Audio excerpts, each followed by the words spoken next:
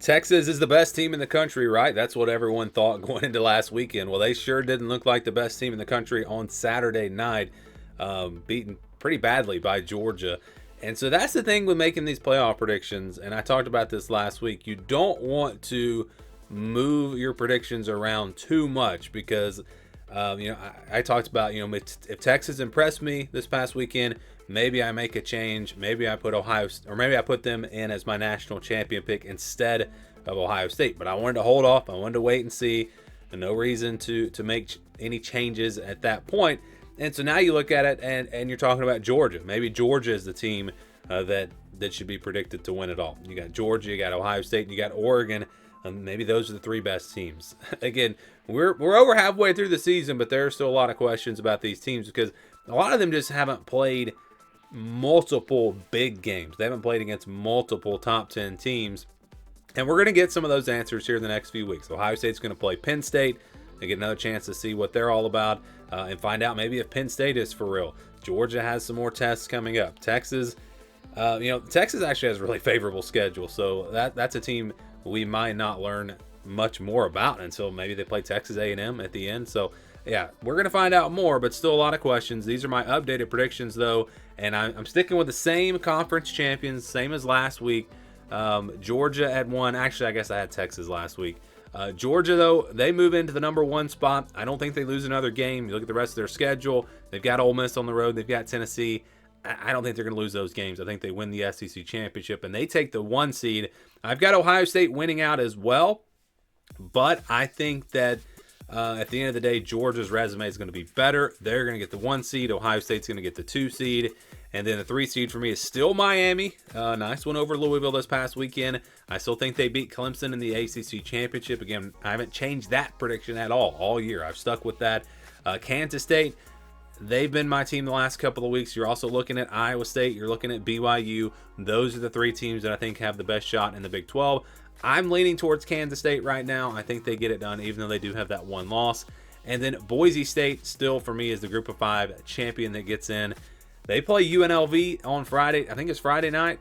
So that should be a big game, and that'll tell us a lot about the Mountain West. But don't forget about the American. Don't forget about Army and Navy, and there are a few other teams still alive over there as well. Seeing Navy against Notre Dame, that's going to be huge. I can't wait to see how that plays out. If Navy wins that game, then I think you got to start talking about potentially Navy and even a Boise State both making the playoff, which could happen. That's interesting. So let's get to the at-large teams now. We'll start with number 6. Or number 5, I should say. That's Oregon. So I think Oregon, I think they're going to go undefeated. Maybe they slip up and lose somewhere, but I think they're going to go undefeated in the regular season, and then they lose to Ohio State in the Big Ten Championship. I think Ohio State gets some revenge there. Should be another great game, but I'm going to go with the Ducks as the 5 seed. The 6 seed, we're still in the Big Ten. That's Penn State. I'm looking at Penn State. I think they lose to Ohio State, but probably beat everyone else. So they're sitting at 11-1, and I think that's enough to get them up to number 6.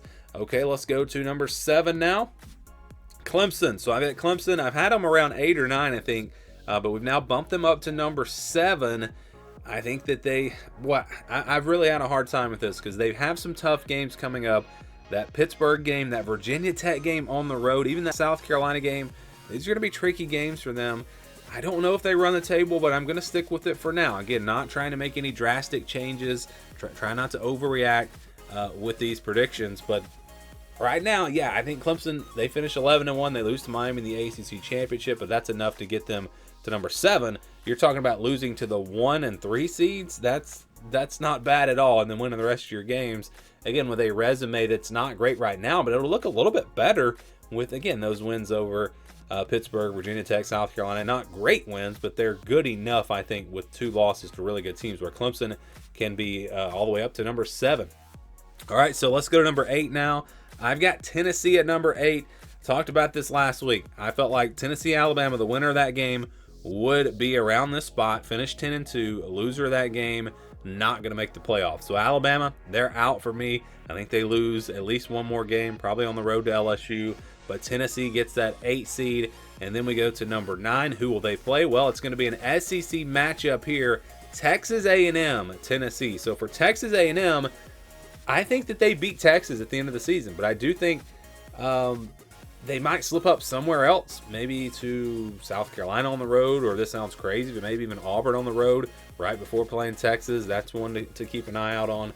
And I think they lose to Georgia in the SEC championship. So we're talking about a team that loses maybe one game, maybe two games in the regular season, but then that other loss coming in the SEC championship. So I think Texas A&M gets in at number 9.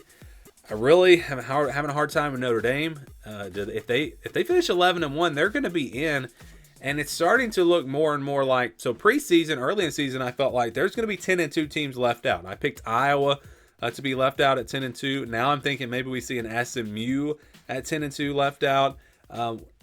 We could see multiple 10-2 teams left out, and again, potentially Notre Dame. As we got further into the season, it started to look like we might see some 9-3 teams get into the playoff because we were seeing all those upsets, but that has settled down. And now, again, it's back to me thinking that we're going to have some 10-2 teams left out. And again, that could be an SMU, that could be a Notre Dame potentially. The loss to Northern Illinois really hurting the Irish. But, what do you do with Notre Dame when they've got the head-to-head over Texas A&M?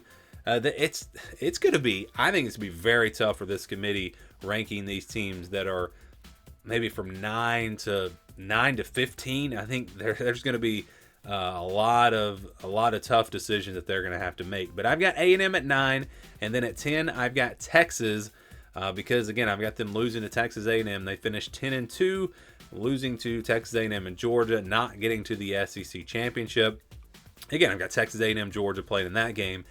And then number 11, I know it feels like a lot of SEC, but I've got LSU. LSU, I think they lose to Texas A&M on the road on Saturday, but I think they win the rest of their games, and they'll have, a win over Ole Miss, they'll have a win over Alabama. They'll have a pretty solid resume at 10-2. I don't see a 10-2 LSU team being left out of this playoff. I think it, again, could be a Notre Dame or an SMU possibly getting left out.